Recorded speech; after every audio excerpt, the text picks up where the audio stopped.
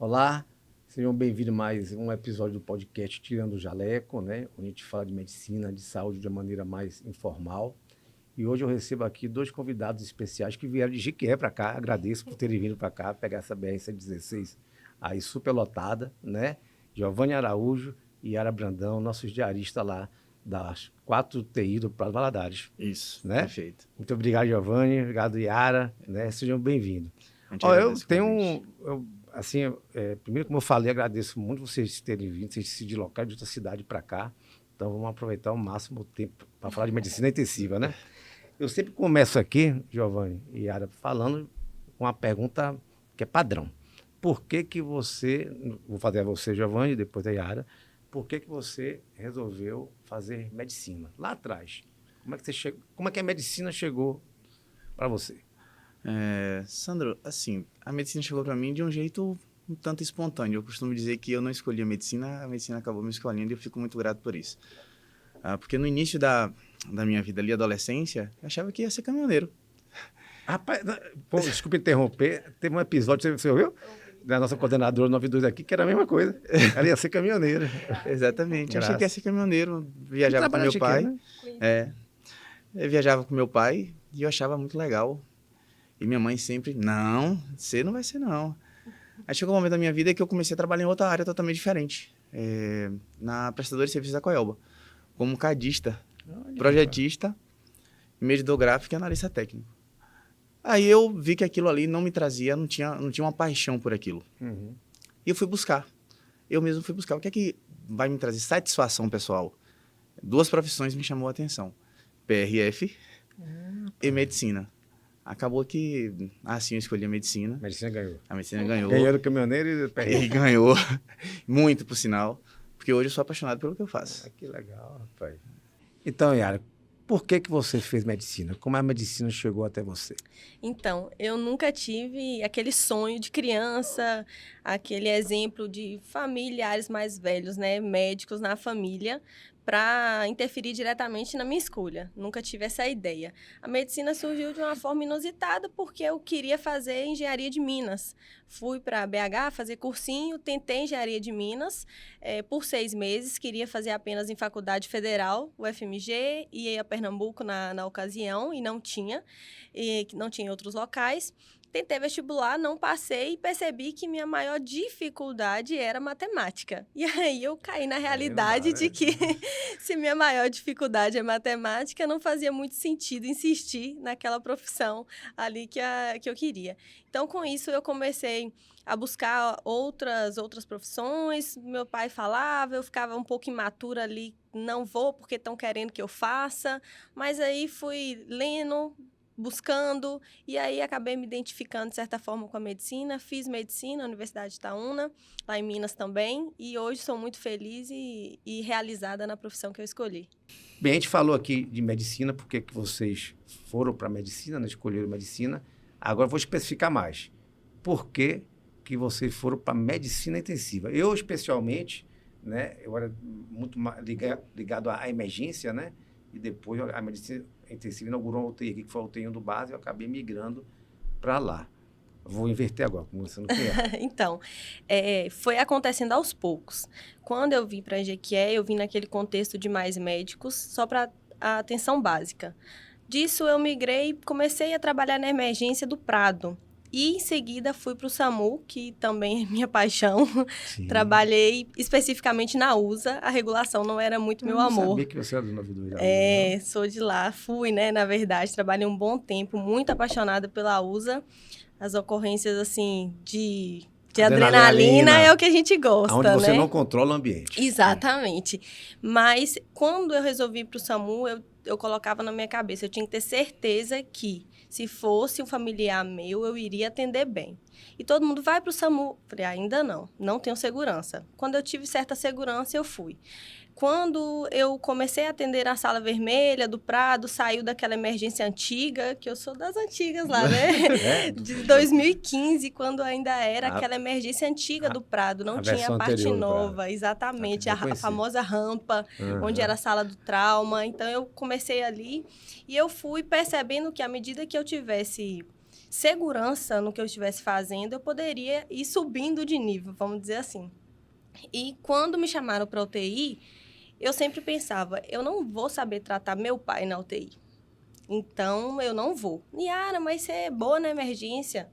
Não. Eu tenho que ter certeza de que se eu souber tratar meu pai, minha mãe, eu vou saber tratar o pai dos outros. E no início eu também não gostava, porque eu achava aquela imaturidade também e falar que a UTI é muito burocracia. Eu achava que aquilo era burocracia demais e que o bom era a emergência, que era o paciente chegar parando e eu reanimar e o paciente voltar, o paciente com aquela crise de asma grave e eu melhorar. Para mim, aquilo ali era emocionante. Mas com o tempo, com a maturidade, você vai vendo que nem só aquilo é suficiente para te deixar. Você quer acompanhar, seguir. E quando eu tive mais segurança, buscando conhecimento, obviamente, né, tendo certeza de que eu ia fazer um bom trabalho, foi que eu dei meu primeiro plantão na UTI, que eu não gostei, por sinal. Eu falei, que tédio isso aqui. Nunca mais eu falo, né? Porque o pé frio, às vezes, impera. Mas aí, a partir disso, eu fui para terapia intensiva, depois fui buscar conhecimento, não fiz residência, foi uma opção minha, questões pessoais também. Cheguei a fazer para a clínica médica, passei, mas optei por não ir. E aí, fui para terapia intensiva e fui para fazer pós. Fiz a pós da AMIB, ainda naquela época que era a turma de Salvador, com o Dr. José Mário Teles. E aí, fiz aquela pós e segui nesse fluxo até chegar na prova de título. Na prova de título. Exatamente. Eu tive uma história parecida, né? Que como eu falei, fui muito ligado à emergência, né? E aí, quando abriu a UTI aqui, falou, Sandro, vem trabalhar na UTI. Eu falei, não, eu não sou intensivista, não. Não, mas você trabalha... Na época, eu sou do projeto piloto do 92, né? Que chamava Resgate Médico. Foi um projeto, foi em 2001. O 92 começou no Brasil em 2004. E eu era do Resgate Médico, né? Que basicamente atuava como 92, né? Era um projeto piloto do Ministério da Saúde. Aí, não, você é do Resgate, você pode trabalhar na UTI. Não, Resgate é uma coisa, terapia intensiva é outra. Eu vou me preparar. Aí, quando eu encontrei o momento adequado, como você falou, eu fui trabalhar em medicina intensiva. Isso mesmo. Né? E aí, o que eu vejo na medicina intensiva é assim, que você acaba que é como se fosse um segmento da emergência, né?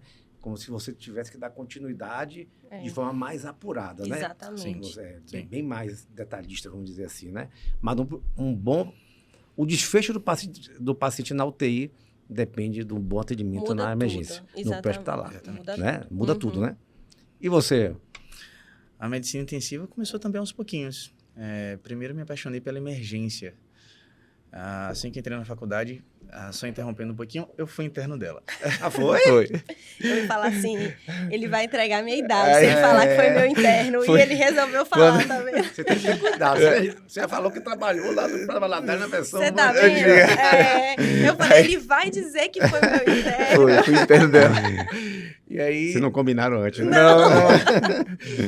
E aí, assim, eu comecei com a primeira oportunidade de emergência, qual foi minha primeira paixão, emergência, sala vermelha, justamente porque, como o pré-hospitalar é aquele ambiente inesperado, quando a ambulância chega no hospital para te entregar o paciente na sala vermelha, a gente também não sabe o que está esperando dali. E aquilo ali vai te dando uma carga de adrenalina e foi me trazendo uma paixão de tal modo que eu também não queria sair para a UTI. E quem me deu essa primeira oportunidade foi a doutora Yane. Eu comecei a acompanhá-la no início do meu 3º ano, na emergência. Lembro-me que do 3º até o 4º, ela disse para mim assim, agora você não precisa mais de mim. Você precisa acompanhar uma outra pessoa, chamada Ivanildo Cerqueira, Dr. Ivanildo Cerqueira, que é um cirurgião e intensivista de formação. Comecei a acompanhar Ivanildo e ali eu me apaixonei. Eu falei, é exatamente aqui que eu vou ficar pro resto da vida. Só que tinha uma outra especialidade que me chamava muito a atenção. E eu falava, não, eu vou terminar essa especialidade, depois eu sigo para terapia intensiva. Então, eu sempre tracei a fazer clínica médica, como eu fiz, né? A residência em clínica médica. Falei, depois vou para cardiologia, faço hemodinâmica. Então, a partir disso aí, eu vou e faço terapia intensiva. Entretanto, eu não consegui sair da terapia intensiva. Ali eu cheguei, a gente vai estudando todos os dias e a gente percebe que quanto mais você estuda, menos você sabe e aquilo ali te interessa cada vez mais buscar pelo conhecimento para que você possa, de fato, oferecer para o paciente o seu melhor. E dentro da terapia intensiva, a gente consegue colocar uma conjuntura, claro que são ambientes diferentes, associar o que você vê na emergência, né, com a continuidade do paciente. E aquilo ali você pode dar um segmento interessante. Então, hoje, não me vejo fazendo outra coisa a não ser a terapia intensiva. De tal modo que, assim, me apaixonei tanto e sou muito grato àquele primeiro momento lá na minha formação médica, a Iane e Ivanilton, que tem o nome dos dois no meu cartão de formatura. Nossa. Porque, de fato, o Ivanilton pegava na minha mão. Eu lembro que o meu primeiro treino de tórax, ele falava, você vai fazer comigo. Pronto, vou lhe ensinar. A partir daqui, você vai começar a fazer sozinho assim que você pegar habilidades. Minha primeira intubação foi com o Iane. Então, eu tive a benesse, né? Deus me colocou no caminho certo para que eu tivesse pessoas que pudessem me apoiar ali naquele primeiro momento da formação. E a partir daí, a terapia intensiva... Eu, assim, a medicina intensiva, na minha avaliação, né? Que é uma avaliação com o teu viés de que sou intensivista, né? Eu acho que é a medicina mais próxima do completo, né? Porque assim, você estuda, você pega o paciente grave de todas as especialidades, né? Isso. E você tem que estudar tudo E são de todas todos. as especialidades no seu momento de maior gravidade. Grave, É o neuro grave, o cardio grave, o pneumo grave. O Você tem que grave. manejar tudo Tudo. e lembrar que não é só um separado que vai interferir. Delon Rezende falou assim, eu concordo com ele, que medicina intensiva é fisiologia. Pura. Perfeito. Pura, né? Pura. Associado à farmacologia, e você conhecer procedimentos, Exato. e você conhecer os aparelhos que o paciente está usando. Então, a medicina que exige muito do médico. E você fizeram a trajetória que eu defendo, sabe? Eu sei que o mercado de trabalho favorece, assim, que o médico às vezes forma e tem muita vaga ainda, né? Uhum. Em UTI, ele acaba indo para a terapia intensiva sem ainda ter A a bagagem. habilidade, a bagagem de ser intensivista. Para isso que tem o diarista, tem o coordenador, Sim. que dá o embasamento. Aquele round que a gente faz ali é como se fosse o briefing do avião lá. Você vai ali, orienta, determina, discute. A linha. E a linha, e ele tem que cumprir aquilo ali. Isso facilita Sim. muito, né? Mas, assim, a trajetória... Porque existe a diferença entre, não sei se você concorda comigo, entre plantonista e intensivista. Com certeza. Com certeza. Né? Então, assim, o Muito plantonista é o cara que acha que vai entrar na UTI, vai aumentar a nora e baixar a nora e não vai... E não entende qual é a repercussão de cada conduta, cada detalhe que você faz. Não entende que aquilo ali vai mudar o desfecho do paciente. Quando você começa a atuar na terapia intensiva enquanto intensivista, tudo seu agora gira em torno de desfecho. Não, eu quero fazer isso, mas isso não muda desfecho, isso não muda a mortalidade, isso não melhora a sobrevida, nem a funcionalidade. Isso. Então, cada detalhe que você vai agindo ali, ela tem que ter um motivo. E se você faz aleatoriamente só para passar suas 12 horas ali e ir embora, é o que eu falo, né? Você esquece o início, que é eu tô tratando uma pessoa que poderia ser meu pai. E eu tento levar isso todos os dias, porque eu tenho pavor, estando longe de alguém, não fazer o bem feito quando for um meu precisando lá em Minas. Exatamente. É isso aí. Se vocês pudessem definir medicina intensiva, como é que você definiria? Não precisa ser uma palavra, não. Pode ser uma frase, conversando. A gente acabou falando um pouco sobre isso, mas defina na fase de vocês. Diga aí, Gel. Medicina intensiva, assim, com o meu olhar do ponto de vista médico, para mim é uma especialidade no qual a gente abarca o paciente em sua plenitude, tá? Claro, nos momentos mais críticos, como já foi dito aqui, e que a gente consegue, quando esse paciente nos dá a oportunidade de oferecer para ele uma sobrevida, quando possível, que nem sempre a gente consegue, mudando muitas vezes a mortalidade desse paciente e, por vezes, quando a gente não consegue mudar nem a sobrevida nem a mortalidade, proporcionar o devido conforto. Eu costumo dizer todos os dias que existem 2 momentos da nossa vida que, para mim, a gente precisa ter dignidade plena ao nascer e quando a vida se finda.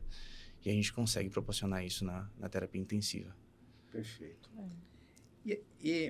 Deixa eu aprofundar um pouco mais a discussão, mas assim, de forma mais liberal, porque a plateia que ouve a gente, assim, ou quem está ouvindo a gente, nem sempre é médico, da área de saúde, enfermeira, querem conhecer mesmo como é que é o ambiente, né?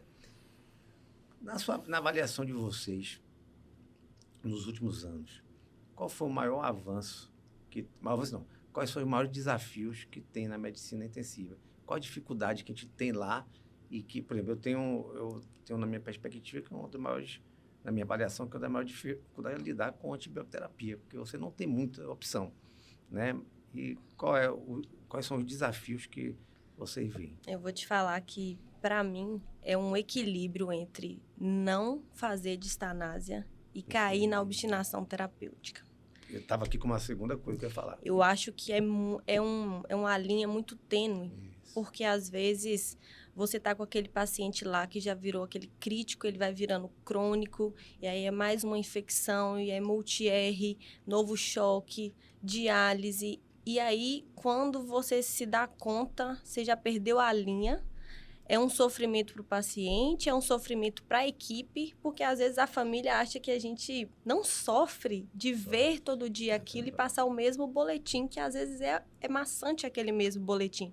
Então, para mim, é justamente isso, é saber o momento certo de priorizar o conforto, de trazer o cuidado paliativo que está tão evidente para dentro da UTI e entender que, às vezes, está na hora da limitação terapêutica, de priorizar o conforto daquele paciente e entender que o que a gente poderia fazer, nós chegamos ali, naquela limitação, naquele limite.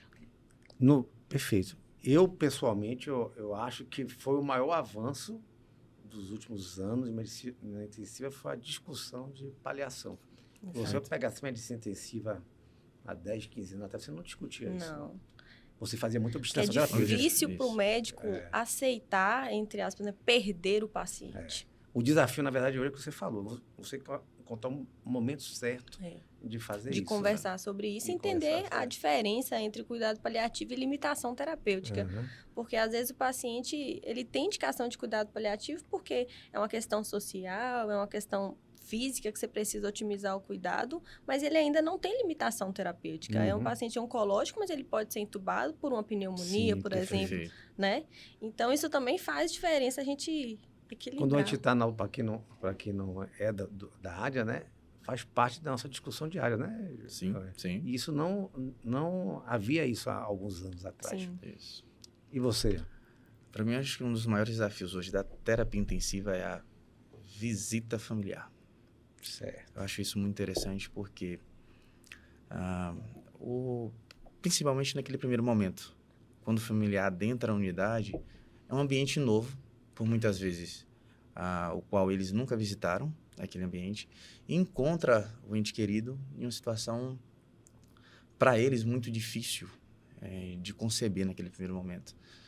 E aí entra o artifício de nós, enquanto médico, passar esse boletim, traduzir tudo que está ali no beira-leito, seja a gravidade ou a proposta de melhora do paciente naquele primeiro momento, de forma simples e direcionada para cada paciente, para cada familiar. Por que isso?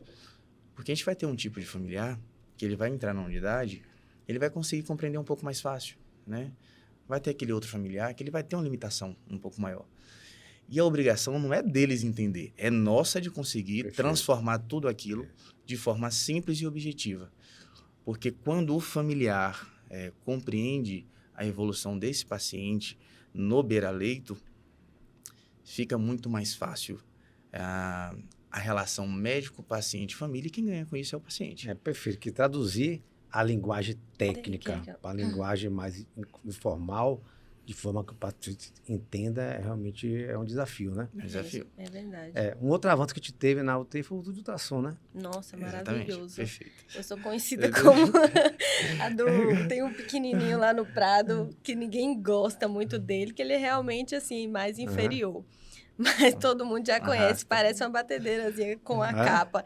E Ara andando pro hospital afora com esse ultrassom. Porque realmente, quando você começa a estudar, Aí você quer usar para tudo, né? Uhum. Aí você quer fazer para Pra tudo tudo. e pegar acesso. E eu pego no pé o Weber, que é um colega nosso, que é o mesmo dia que eu falo, faz contração, eu sei que você sabe. Ele, não, agora só contração, os acessos. Fala, o homem da capa preta, que é o juiz, né? Não vai querer saber se você não deu tempo de pegar o ultrassom rápido. Fiz logo esse acesso aqui, faça com ultrassom acesso. Veja pulmão, eu acho que foi uma tecnologia, assim, maravilhosa, né? Avançou muito. Contribuiu muito, né? Porque muitas vezes a gente recebe o paciente e a gente não sabe se aquele paciente está, por exemplo, está seco, tem volume, a gente pode fazer um pouquinho de soro, não pode fazer um pouquinho de soro, até no pós-operatório mesmo. Essa informação não chega de forma adequada, a gente fica na dúvida se de fato foi realizado ou não. O ultrassom te guia. Perfeito. Ultrassom te guia. Isso, e de fato, isso muda desfecho, né? Com certeza. Isso Muda. muda muito Deixar desfecho. até um abraço para o meu amigo Júlio Neves, né? Que ele é incentivador do uso do ultrassom. Ah, eu Veio fiz aqui alguns Conquista, cursos. sim, veio aqui Conquista já umas 3 vezes, né? E ele aqui em Conquista, eu posso dizer que ele ajudou muito a expandir o uso do ultrassom aqui. Lembro muito dele falando que ninguém usa esteto mais, Isso. fazer para usar ultrassom. Ele me falou, ele viu uma foto desse podcast tirando já, que ele falou também que não usa mais jaleco, não. Aí, tá Mandou vendo? ontem. Mais uma evolução. Ó, a gente falou aqui de medicina intensiva, de medicina. Eu queria que vocês falassem um pouco da educação, né? Continuada. Tipo assim, ó, não tem como você fazer medicina intensiva sem estudar. Eu, pessoalmente, eu tenho uma história que a pós-graduação me alavancou para a prova de título, né? Eu sei que você fez a pós, você está fazendo, né? E qual a importância da pós-graduação, do estudo da medicina intensiva na nossa especialidade? Eu tive uma visão muito mais amplificada com a pós, porque ela te direciona. Tanto por ser por módulos, né? Porque senão você fica perdido, assim, hoje eu vou estudar o quê? Vou estudar o quê? Você não sabe o que você vai estudar. E terapia intensiva é um mundo de conhecimento. E quando você faz tudo muito bem organizado, igual a pós você consegue, naquele mês é neurointensivismo, você vai se dedicar a isso, no próximo é pneumo, cardio, hemodinâmica, isso faz com que você se organize, né? E medicina intensiva é evidência. O que você estudou há 5 anos atrás já está mudando a evidência daqui mais 5, e você ficar só naquilo ali de livro-texto, de não buscar novos conhecimentos, de não expandir, você sempre vai estar atrasado comparado aos grandes centros. A gente já está um pouco atrás por estar num ambiente, numa cidade menor, com menos recursos, mas eu falo que a gente é muito privilegiado ali no Prado por ter várias oportunidades, sendo um hospital público e sendo um hospital numa cidade menor.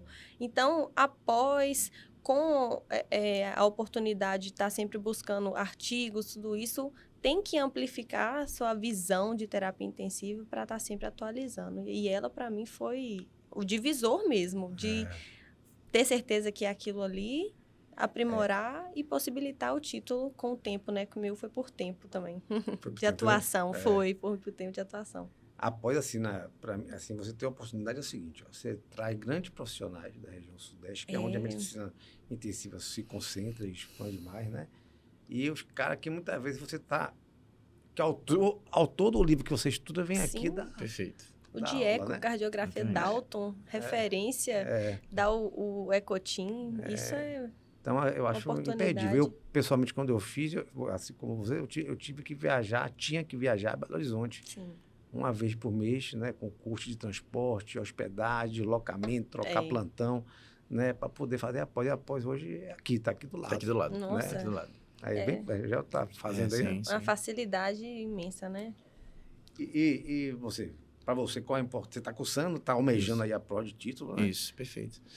Assim, a pós-graduação, ela te dá a linha do trilho, né? Para que a gente possa chegar no objetivo. Então, ela consegue amplificar teu conhecimento, a oportunidade de conseguir tá ali pegando aquele conteúdo, como você já bem disse, às vezes com um cara que escreveu aquele livro e consegue te direcionar de forma mais objetiva, né, para que você possa capacitar-se para a prova de título, bem como capacitar-se para abordar teu paciente em beira-leito. Ela amplifica de tal modo o teu conhecimento que, por vezes, antes de começar após, você entende o mesmo paciente de um jeito, depois da pós, o mesmo paciente, Perfeito. você já consegue entender de outro modo. E aquilo ali te direciona para um caminho que você acho que no momento anterior, após, você falava, não existe esse caminho. Mas após consegue te proporcionar isso. Quando eu trouxe a pós-graduação para cá, né, o objetivo maior exatamente é elevar o nível dos profissionais que atuam em terapia intensiva aqui. Isso já está acontecendo. Sim. UTIs abrindo e profissionais que aqui, e até para o mercado de trabalho, é bom que o pessoal tenha conhecimento, assim, os profissionais que estão entrando na UTI, quem é gestor, né, ele dá prioridade naturalmente a quem tem título, quem tem residência em terapia intensiva e quem tem pós. Exatamente. Né? Porque você quer botar profissional mais qualificado dentro da sua UTI. E profissional mais qualificado é melhor assistência, é o uso racional do recurso. Gestão adequada, né? A gestão da adequada. Acho que a AMIB teve uma ideia muito boa, chancelar isso e permitir que seja algo reconhecida por ela, né? Porque é inevitável que vários profissionais venham para a terapia intensiva. E pós-pandemia, isso foi muito evidente. Pessoas que não tinham conhecimento adequado, mas que o momento exigiu isso. E foram de boa vontade, todo mundo foi ali para tentar ajudar. E aí ela, junto com isso, fortalece a pós, porque se a pessoa, por N motivos, não vai fazer sua residência de terapia intensiva, mas busca, né, um conhecimento, e seja um conhecimento bom, chancelado pela AMIB, então ela garante que aquele conhecimento que vai ser passado vai ser bom, vai ser adequado, e só tende a melhorar o mercado, a assistência ao paciente, quem ganha é sempre o paciente, né? Exatamente. A gente vai falar do Covid agora, na época do Covid, a mortalidade nas UTIs variou muito. Sim. Né? Entre 70% e 80% nas UTIs públicas, a 30% a 40%. E não foi equipamento, foi recurso humano. Recurso humano foi o que influenciou essa variação grande de mortalidade, que abriu-se muitas UTIs, mas não tinha profissional qualificado para poder usar desse recurso, vamos dizer assim, não é isso? Falando de Covid, né? Quando a gente fala de medicina intensiva, não tem como você falar de medicina intensiva sem falar da época do Covid, né? Que foi muito danoso, foi muito marcante para todo mundo que atuou. Porque, assim, enquanto a população estava se isolando naquele primeiro momento, fugindo do Covid, nós intensivistas estávamos indo para o olho do furacão. Exatamente. Né? Eu não sei se vocês tinham essa mesma sensação, mas quando eu entrava na UTI Covid, eu tive muito cunhado. Mais com você, não foi? Foi. Nas terças-feiras, Nas terças-feiras, lá no Prado, né? Você entrava e falava assim, quando você saía da UTI, falei, pô, será que semana que vem sou eu que vou estar com Covid? Exato. Não é assim? Ou uma família minha e tal. Como é que foi a vivência de vocês na UTI? O que foi a UTI na época do Covid para vocês? Foi muito marcante e dolorido. Se eu puder traduzir assim, a UTI na época do Covid, eu vou traduzir com 2 palavras. Um ganho de experiência enorme, que talvez a gente não tenha mais, não quero. Né? É verdade. Mas uma dor imensa de você conseguir, de você ter que estar com o teu paciente e ter que conversar com ele e explicar que naquele momento eu não poderia deixá-lo mais com um nível de consciência e precisar instalar uma prótese ventilatória, que era entubar o paciente. E por muitas vezes era uma intubação, um momento que você só tinha uma oportunidade pela gravidade do paciente e sem saber se aquele paciente nós conseguiríamos deixá-lo vivo nos próximos dias. Então, muito dolorido. E meu maior receio disso era exatamente essa mesma sensação que ela descrevia, que e amanhã quem será? Na minha casa, por exemplo, eu sempre disse para os meus pais, acho que a gente viu tanto paciente Covid, não tenho medo das minhas irmãs pegarem Covid, nem do meu pai, mas da minha mãe, eu tenho receio pelo perfil dela. De fato, minha mãe quase morre de Covid. Sua mãe teve, não tem? Foi minha mãe. Isso. Quase morre de Covid. E ela descreve para mim que foi a pior sensação da vida dela. Era como se ela estivesse sendo enterrada, viva, e a gente jogando pás de areia, que ela não conseguia Assim, ela tentava, meu filho, me dá um pouquinho de fôlego. Me lembro que ela estava no Santa Helena, e aí ela estava fora da UTI. No dia que ela precisou ir para a UTI, nós médicos, quando temos familiares numa situação dessa, nos sentimos impotentes demais. Para mim, naquele momento, o chão desaba, mas você tem que manter a postura. Isso. Foi o que a gente fez. E tentar buscar recurso o máximo possível. Eu não digo recurso necessariamente biológico, sintético, mas eu digo formas de começar a tratar no beira-leito, que por vezes não é a terapia química mesmo, e no caso dela foi mantê-la pronada por quase 7 dias seguidos. A gente não conseguia supriná-la. Lembro que José Fernandes, Sim. ligava, venha ver sua mãe. Aí a gente ia vê-la, e ele falava, Giovanni, sua mãe não quer comer. Cheguei no beira-leito, falei com ela, a gente tem que colocar uma capa nesse momento. Falei, só tem uma opção com a senhora, tá certo? Quem vai escolher a senhora? A senhora não quer comer, né? Então vou passar a sonda. Eu tenho que te alimentar. Aí ela falou, eu vou ajudar, mas sem fôlego para falar. Uhum. E ela falava, me dá só um pouquinho de ar. Então, assim, é doído. E não é doído só porque é seu familiar, porque nós enquanto médicos, antes de entrar na unidade, a gente precisa ser gente, humano. Antes de tocar o paciente, quem é você? Você é só um médico técnico? Não. Você tem que ter a capacidade de entendimento, porque ali você tem compaixão. E quando você faz isso, você enxerga o paciente do seguinte modo. Preciso fazer o meu melhor pelo meu paciente, porque ali pode ser minha mãe, meu pai. Que Kiara falou, né? Que Kiara já disse anteriormente. Isso é verdade. E isso te traduz um meio diferente. A humanização que muitas vezes a gente esquece. A gente esquece. E tem que ter. A humanização é tão importante que o paciente se sente tão seguro que ele te ajuda a tratá-lo. Isso, perfeito. É isso mesmo. Quem passou com o familiar, eu creio que sendo profissional de saúde foi ainda mais complicado. Porque você ainda tem o conhecimento técnico, né? Quando você é leigo, você ouve aquele boletim e ainda fica mais ali. Mas ter o conhecimento técnico e estar diante disso não deve ser fácil. Eu não tive essa questão e foi a primeira vez que eu agradeci de estar muito longe de casa, né? Porque era só eu e o GI, nós dois trabalhávamos. E ele, praticamente, a família dele é de outra cidade também. Então, a gente não tinha contato com outras pessoas. Então, aquele medo de passar para o familiar era a única coisa que a gente não tinha. Mas o restante do medo existia. De pegar, aquele desespero de sair de dentro da UTI, se higienizar todo e achar que tem alguma coisa ali ainda, né? O convívio diário com os colegas, que a gente perdeu o colega também.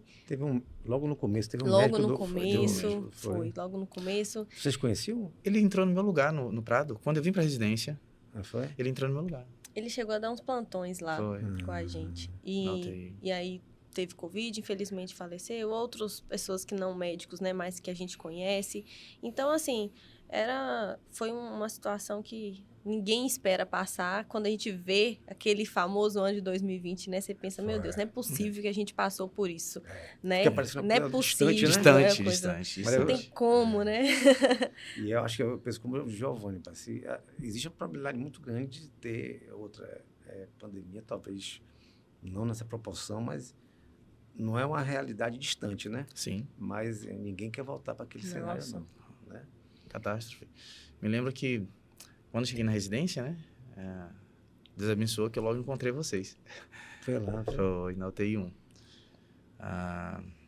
E assim, como a quantidade de médicos disponíveis naquele momento, por conta da pandemia, era muito curto, e acabou que me aproximei da equipe, eu fazia muito plantão. HCC, Sim, São Vicente, HCC? Legal. São Vicente e também o TI1. E fiz o TI5 no base, né? E aquilo foi dando um ganho muito grande, né? Se eu já gostava da terapia intensiva, quando ir no base é UTI1, geralmente os residentes pedem para ir para lá, a gente gosta, acaba pela relação, pelo aprendizado também. O nível de informação que chega para o residente é muito interessante e quando você busca te faz diferente. Lembro que meu primeiro plantão foi com o professor Wesley, na UTI 1. Aí o Wesley comentou na minha pessoa com o senhor. Aí o senhor chegou no outro dia, o Wesley conversou com você, e a partir dali, sempre que precisava, o Wesley falava, Giovanni, estou precisando de você no São Vicente, ou estou precisando de você lá no HCC. Então, além de todo o sofrimento, a gente tinha uma carga horária de trabalho que, assim, era alta, mas te motivava, porque você sabia que você ia ajudar a gente, né? Você ia fazer o melhor pelo doente. Isso. E o legal da UTI é quando você vê que o trabalho está sendo bem feito, né? Quando você fala assim, você estuda, você tem uma equipe boa de diaristas, né? De coordenadores, você senta ali, discute, você põe em prática o que foi decidido, baseado em argumentos e decisões técnicas. E você vê o resultado depois, é muito legal. Isso é o que dá mais satisfação. Você tem uma equipe multi que muito faz boa, a diferença. Isso, motivada. Isso te motiva também. É motivada e isso te motiva, porque você chega e vê aquela equipe que você gosta de trabalhar, sabe que tem um conhecimento bom, técnico, correria, né? Você sabe que vai organizar o que você precisar organizar no plantão, vai despachar o que precisar. Isso aí também... Essa fala diária é muito importante porque o TI não é médico, é equipe multi. É equipe. É equipe. É equipe, né? Então, assim, o trabalho da terapia intensiva é um trabalho de uma equipe que começa de manhã cedo com um round. Exatamente. Não é isso? Quer falar um pouquinho do round? Fala um pouquinho da importância do round. Como é que é? Para quem não conhece, como é que funciona a rotina do round? O round é aquele momento que você reúne os profissionais, depende muito do perfil de cada unidade. Na nossa, especificamente, a gente tem o prazer de ter vários colegas. Então, médico, enfermeiro, fisioterapeuta, tem equipe de nutrição, psicóloga participa, na nossa serviço social também participa. Não... Estou esquecendo de alguém da equipe? Não, pelo amor de Deus, né? Pelo amor de Deus, eu não quero fazer essa... Eu não posso fazer isso. Farmacêutico que eu tenho valorizado cada vez mais a presença do farmacêutico, porque é muito detalhe que, às vezes, eles estão ali atentos, interação, dose, correção pelo clearance. Aquele detalhe que, na correria, que não deveria ser, mas, às vezes, te passa batido, uma profilaxia que está esquecida. Eles estão ali e fazendo aquele papel adequado das interações e tudo. Gosto muito. Nutrição, ontem mesmo, nosso round foi maravilhoso. Focamos em questão da dieta, se vai ser hipercalórica, se não vai para o paciente, a quantidade de proteína, temos suplementos. Ela falou, olha, esse aqui suplemento para o paciente vai ajudar na cicatrização, excelente. Então, cada profissional ele vai contribuindo naquele momento para a gente alinhar as condutas e seguir o plano terapêutico, qual vai ser? Vai ser mobilização, parte de ventilação mecânica, qual é o grau de força desse paciente? Está sedado? Não, é fase 1 ali, não está? Vai deambular, né? Enfermagem, priorizar se vai ser mudança de decúbito, se não vai, aquele paciente é restrito, os cuidados com os acessos. Então, assim, cada profissional ele vai ter seu papel essencial naquele momento e precisa ter voz. Ontem eu fiz a experiência de melhorar mais, eu senti que eu estava precisando melhorar mais o round e demorou bastante, inclusive, mas assim, o tanto que eu senti que o ganho foi importante para todo mundo ter voz naquele momento, eu acho que isso só fortalece e que só dá mais ânimo para os colegas entenderem, isso aqui eu pude contribuir, então na próxima eu vou contribuir mais, e ali no final é sempre lembrar que é o nosso paciente, né? Que quando você tem um desfecho bom, um paciente grave, que o paciente sai, fica muito gente, feliz, né? isso você fica assim, quem ama terapia intensiva fica em êxtase de saber que você conseguiu alcançar, que satisfação, né?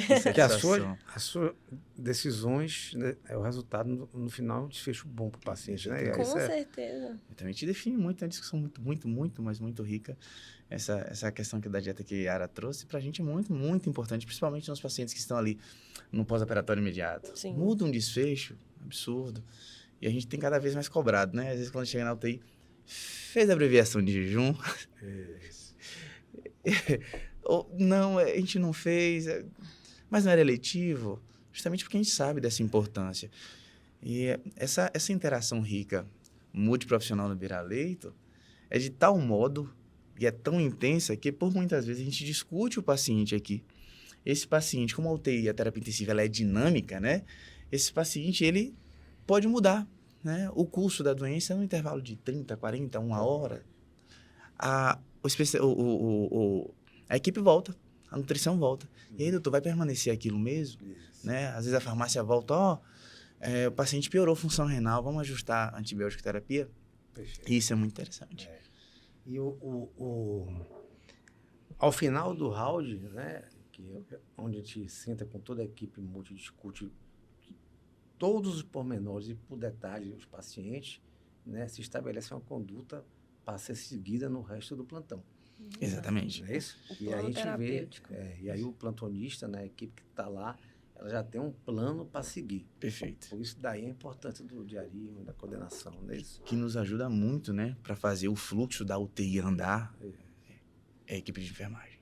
Perfeito. Né? A gestão deles A gestão deles é fantástica. Assim, com a equipe multi, a opinião de todo mundo é importante, mas o enfermeiro tem uma função de gestor. Nós mesmos não somos muito gestores. Nós né? não somos muito. Os enfermeiros são gestores. Exatamente. Porque é a famosa gestão do caos, às vezes. Né?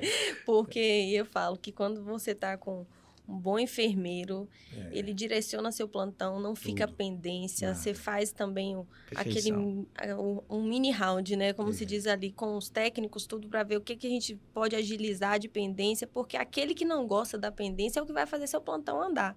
E quando anda, no final você vê aquele quadro ali, 0 pendências, tudo resolvido, os exames feitos, tudo que tinha que fazer, tudo que foi alinhado foi feito. Isso, eu tenho certeza que o enfermeiro é o que... Tem uma sensação de menos peso, né? Porque passar pendência também não é muito legal. Uma coisa, assim, vocês dois são bons plantonistas. O bom plantonista se sente satisfeito quando passa o plantão sem pendência. Não é isso? Isso, perfeito. Eu hoje não dou mais plantão, mas eu não passava plantão sempre, na medida do possível, né? Sim. Sem pendência. E não me sentia bem por algum motivo, quando por algum motivo eu não pude passar. Eu sinto vergonha, né? Às vezes, quando é algo que... Não, tipo assim, uma admissão que foi feita às 6 da manhã, né? E você ainda não conseguiu fazer certas tudo. coisas, né, fazem parte, assim, né? Foi uma intercorrência, você não conseguiu fazer alguma coisa, mas o básico é você passar, não, por que não fez? Não, isso aí, você vê que tem um grau de... O bom plantonista não passa pendência. Não passa pendência. Não passa pendência. Né? Para não falar o contrário. Exatamente. Eu queria fazer uma coisa, assim, ó. Todos nós que gostamos de medicina intensiva, como eu gosto, como vocês gostam, acaba no final tendo um foco em comum, que é a prova de título, né? Sim. Isso. Você é a mais nova titulada da equipe, né? É, isso mesmo. E todos nós aqui que obtivemos a prova de título, né?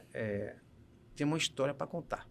Eu sempre falo assim, né? Que para os colegas que estão estudando para a prova de título, que ninguém passa... É um erro achar que vai passar na prova por ser bom plantonista. Isso. Por passar o plantão sem pendência. Você não vai passar na prova. Né? É um erro achar que eu não passei porque a prova...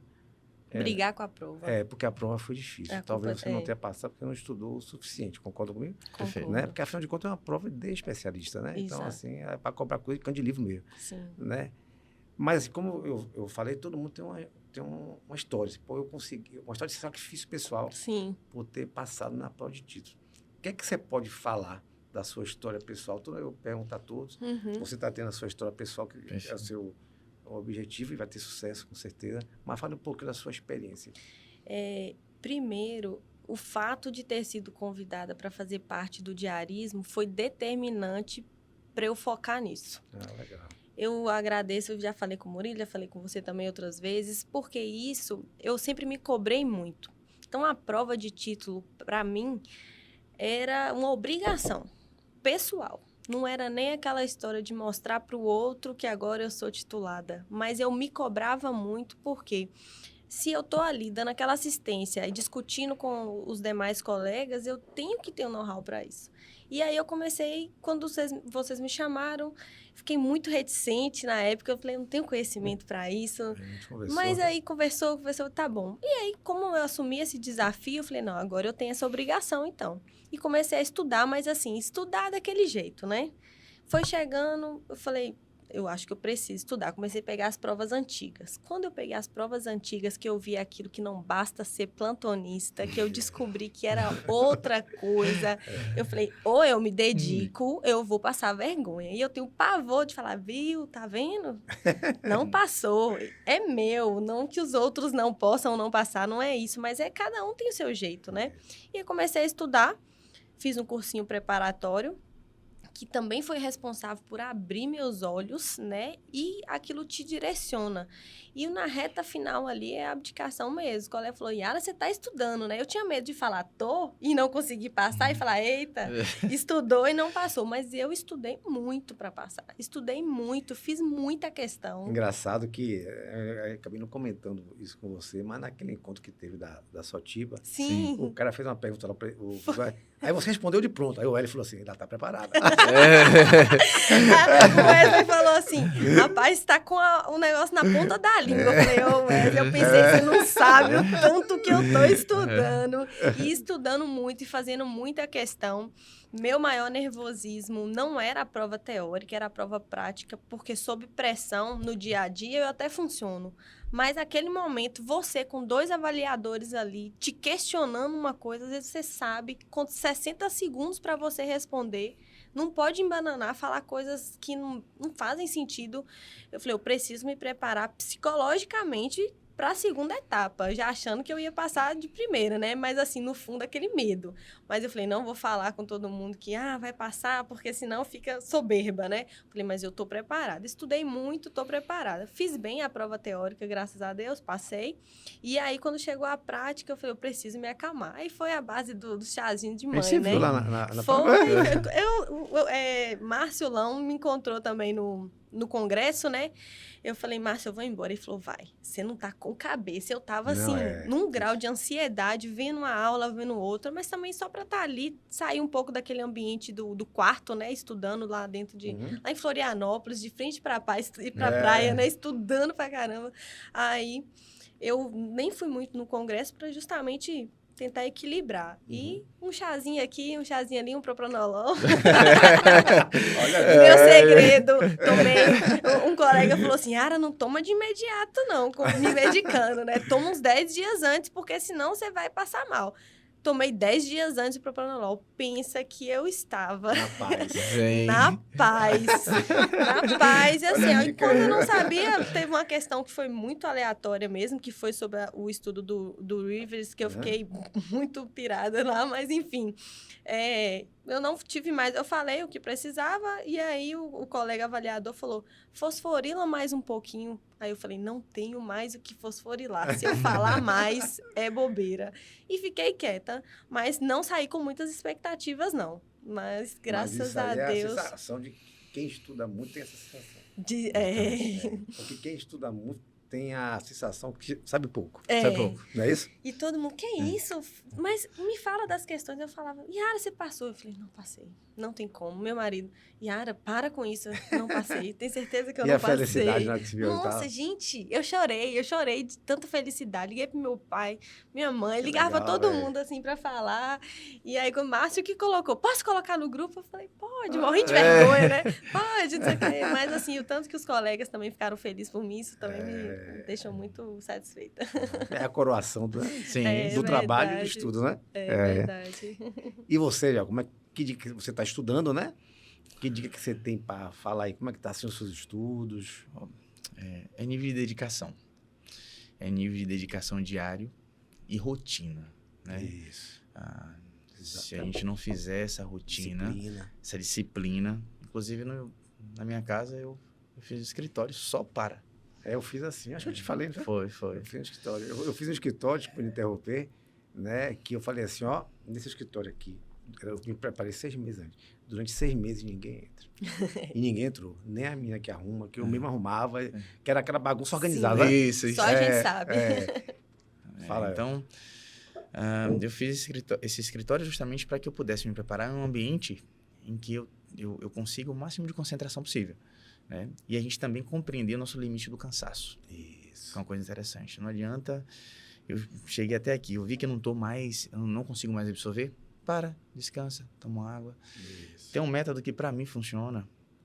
Na época do meu vestibular funcionava muito, na época da residência, estudando residência funcionava muito. E agora eu tenho praticado, eu só diminuí os intervalos. Hoje, às vezes, eu faço 30-15.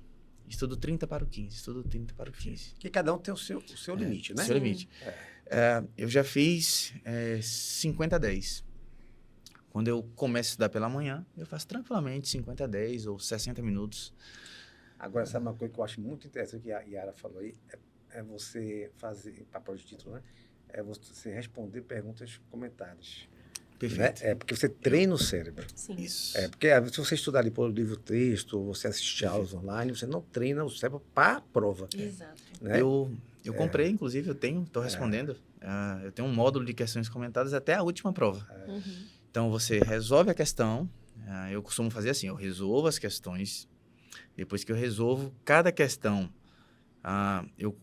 aqui eu considero falsa. Eu descrevo por que eu considero falsa. E as verdadeiras eu também descrevo por que eu considero verdadeira. Terminou ali, aí eu vejo o comentário da questão.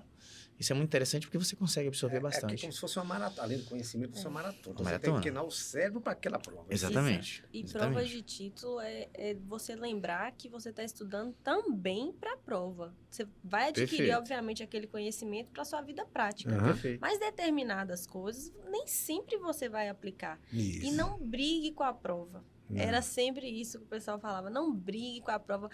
Mas esse restante aqui eu não estou concordando muito porque eu não faço assim. Sim. Mas não estou perguntando se você Não. vai fazer assim. Isso. Porque senão é determinante para você errar. Eu achei legal, Aderlon Rezende, eu perguntei para ele qual era a importância da prova de título, né? Ele falou assim, a maior importância da prova de título é o seu crescimento próprio profissional.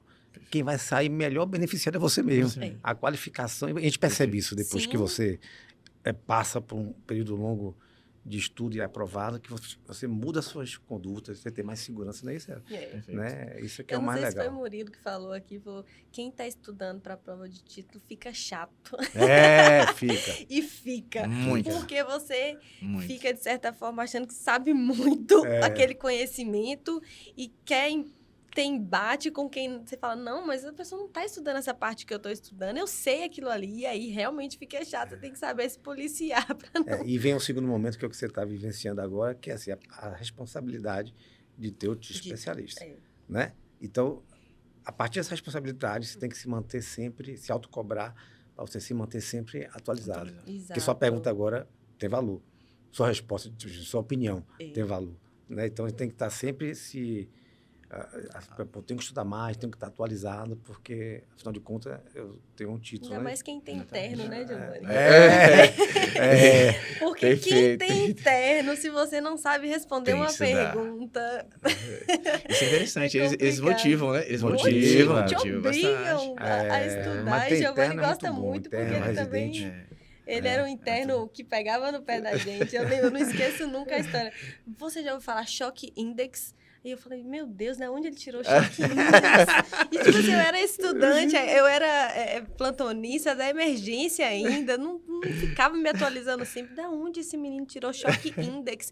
E ele era assim com a gente, ficava perguntando e tudo, então tem que estar atualizando. Falando até de interno aqui, eu vou fazer uma referência e mandar um abraço e um parabéns para Diogo. Diogo Azevedo. Ele foi interno meu da UERB e começou a me acompanhar em UTI no 4º ano ou 5º ano de internato, né, lá na UTI 1, né, e depois ele fez residência de clínica lá em São Paulo, de cardio, de eco, e no mesmo ano que você passou, ele passou também, só que ele passou em primeiro lugar no país. Poxa, que maravilhoso. Abraço aí, Diogo. Eu encontrei com ele lá, quando eu estava entrando para ser avaliador, eu encontrei com ele na porta indo fazer a prova. Que coisa maravilhosa. Fera o rapaz lá. Agora, para finalizar, vou fazer uma coisa mais light agora, né? Porque eu sempre pergunto, o que vocês fazem quando não estão praticando medicina intensiva? Eu, pessoalmente, eu defendo o beach tennis, né? Eu sou mediano no beach tennis, né? Minha Manuela, que minha esposa, joga muito melhor, né? Mas é uma prática legal. Lá em Jiqué é forte o beach tennis. Tem né? uma arena lá perto do condomínio mesmo. Se tiver um momento, vão lá, que é legal. E vai ter a etapa do Baiano. Semana que vem aqui. Vai ser... vai ser aqui, ó. Se quiser se animar, bem. vem aqui. Mas o que vocês fazem quando tá fazendo medicina? Eu Praticando medicina? gosto muito de treinar, malhar. Malhar, igual Murilo. Isso, duas coisas, exatamente. É treino, malhação e bicicleta. Ah, Gosto legal. bastante.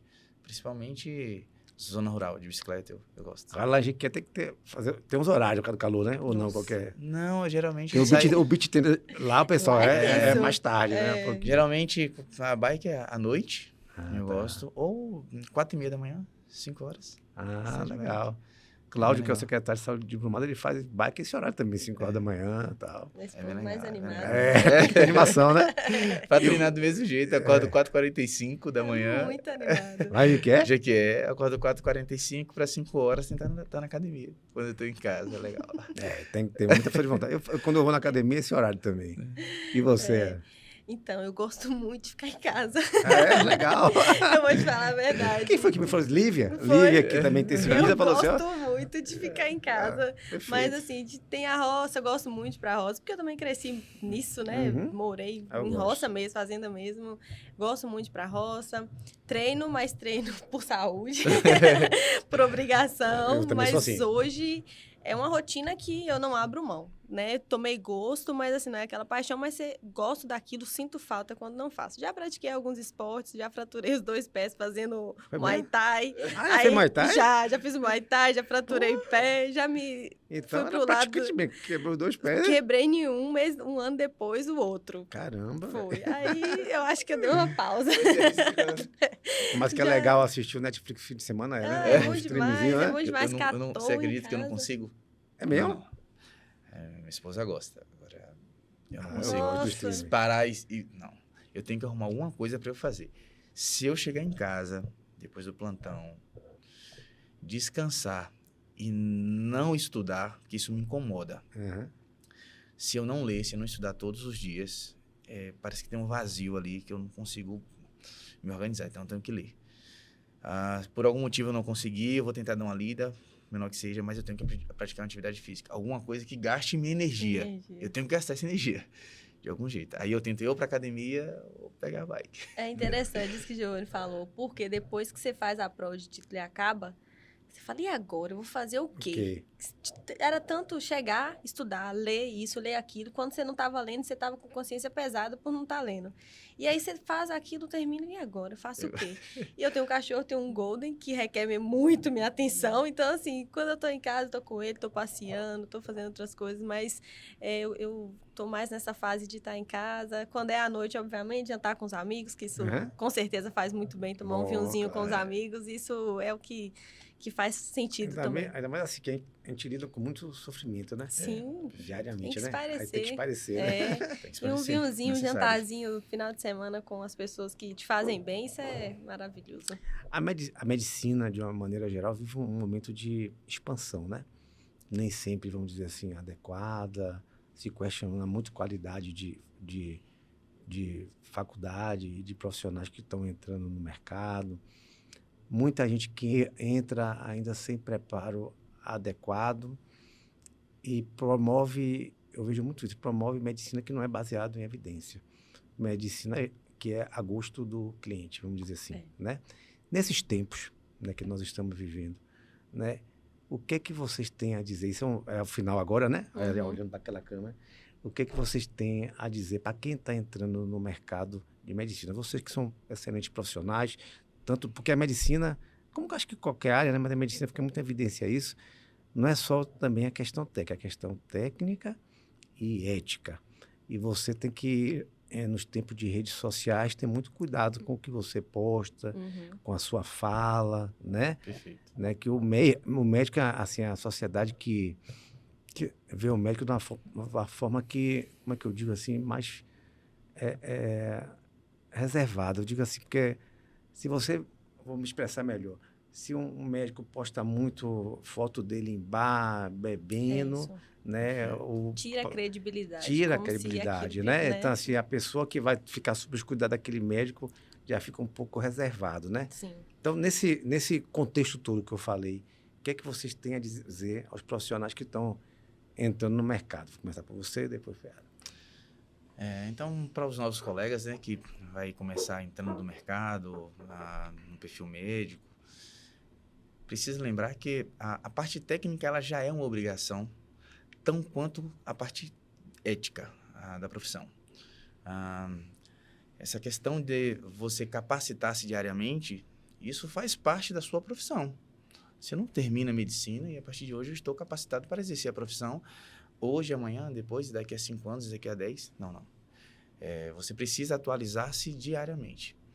Lembrando que a parte ética, a ética médica, ela está diretamente relacionada com a ética pessoal. Se eu não posso fazer aquilo com o meu paciente e que outras pessoas possam saber, você já definiu, você não pode fazer. Então, e quanto a esse ponto de vista de sentir-se reservado, é uma coisa que eu prezo muito, por sinal. E eu sempre digo,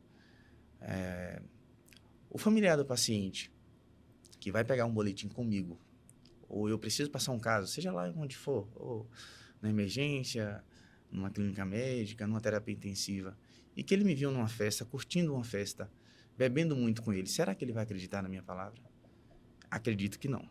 Por conta disso, precisamos nos reservar, né, de tal modo que possamos ter o devido respeito e ética consigo e com os nossos pacientes, bem como com a nossa profissão. Perfeito. E você? Então, aos colegas, né, que estão chegando, meu conselho é: seja ético, seja responsável pela vida do outro e não tanto corajoso. Eu vejo hoje muita coragem em pegar um plantão na UTI, eu tenho coragem disso, eu tenho coragem de fazer um plantão na emergência, mas nem só de coragem a gente deve viver. Porque essa coragem demais pode se traduzir em erros, né, em condutas equivocadas que podem interferir automaticamente na vida de uma pessoa. E se serve para mim esse conselho de esteja preparado para tratar o seu pai, às vezes poderia servir para outras pessoas também. Tenha consciência de que você é capaz, tecnicamente e humanamente, de tratar um familiar seu, para a partir disso se inserir de forma adequada, nos ambientes adequados, na especialidade a qual você almeja. Isso aí, pessoal. Pessoal, mais uma vez, obrigado, né? Pessoal, até o próximo episódio de Tirando o Jaleco.